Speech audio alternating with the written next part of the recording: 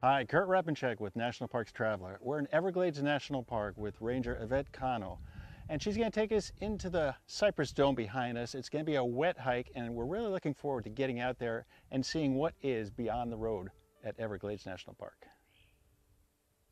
We are surrounded by cypress trees, and these in particular are bald cypress. This is a good example of a couple of cypress trees. I have a baby here to show you and a taller one. So let's look at some of the adaptations and some of the features of these trees. First and foremost, they're super flexible, which is so important if you live in a place that has tropical storms and hurricanes. So they do a really good job of moving around in the wind. However, that doesn't mean that they don't get knocked down from time to time. And when that does happen, alligators take advantage of those depressions for alligator holes, which we might get lucky and see as we keep going in. So right underneath our feet, actually, I'm gonna dig some up here. You can see what I'm talking about when I talk about the nutrients. So if you look closely, these needles are actually a result of when these needles fall off of the tree in the winter months, or when our days get shorter, hence the name bald cypress. They stay needleless. And that's really great because it coincides with our dry season. So what a great way to conserve water. You don't need water, you don't need energy if you don't have any needles. When the days become longer, which coincides with our wet season, then the needles reappear. So these are fresh needles on these trees. But year after year, as these trees drop their needles, the trees themselves take advantage of that decomposing needles. So this is actually a cypress knee. When you come upon it, many think, well, it's a tree that broke down or burned or something happened to it. However, this is an adaptation of these plants. Scientists don't necessarily agree as to what is the purpose of a knee. The tree does not need it to survive. But what the debate is does it need it for stability, which would make sense if you're looking again at a wet ecosystem, limestone floor, not a whole lot of roots that are able to penetrate into the ground to hold on to. Clearly these plants are adapted to living with their feet wet their entire life. And this is a wood forever. It doesn't rot because it lives in water. Here are a few more knees, teeny tiny ones. That one clearly belongs to that tree. Now you said we're on a cypress dome. Yeah. But actually it's kind of concave, isn't it? I mean, the way the cypress is boring down, so to speak.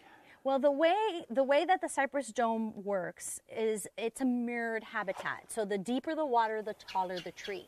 So if you stand outside of a cypress dome and look upon it, it has that dome appearance. Yeah, there's a good amount of water vegetation, lemon bacopa, there's a couple of different grasses. You'll find sawgrass in here if it's a sunny enough spot. You'll even find some palm trees growing in this water. But this is a river, it's moving water, and this clean water is essential, right? Everglades National Park was the first national park to be set aside for life. Or if you are a tourist and visiting South Florida, you turn the faucet on, you're drinking the water or taking a shower with the water that an alligator swam in. Most people come and visit this area during the winter months, which is beautiful. The weather is perfect, it's lovely.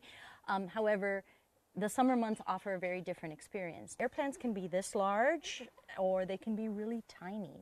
They can be very, very small. So there's a good variety of air plants. And this is the ecosystem where you would find them. Nature's greenhouse is what I like to call them. Yeah. Now, am I right? Are they kind of related to pineapples? They are. They are. Except these are epiphytic. Right. So all they need from the plant is space.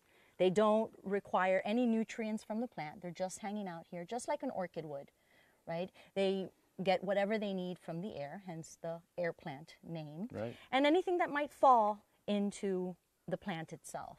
This is also home for tons of critters. You can find things like bats, lizards, scorpions hanging out in and around these air plants. In the water, you'll find water moccasins. You can also find some of our water snakes that are non-venomous. We're getting closer to the gator hole, but before we do, you actually have a carnivore right at your legs. This is a bladderwort. Oh, okay. So it is a floating plant.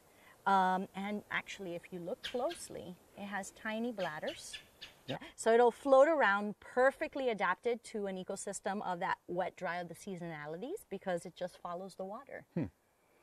And eating all kinds of unsuspecting insects. As hurricanes move through here, and we noticed that area that seemed deeper, that's probably where this cypress tree came from.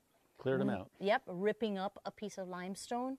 And that's a great place for alligators to move into, creating an alligator hole. So they'll take advantage of some of that soft muck in there, move it around with their tail, get it out of the way, create a swimming pool. They are the engineers of the Everglades. Not to mention the fact that all life depends on these gator holes. Yeah. Yeah. So peak dry season, there's no water except in the gator hole. If you're a fish or a turtle, a deer, a panther, a bear, you need water. Now, there's only one price to pay, though, right? Yeah. That landlord will collect rent about once a week. So there's a couple of places that the gator can be. So we'll peek around and see if we spot them. Alligators bellow and hit.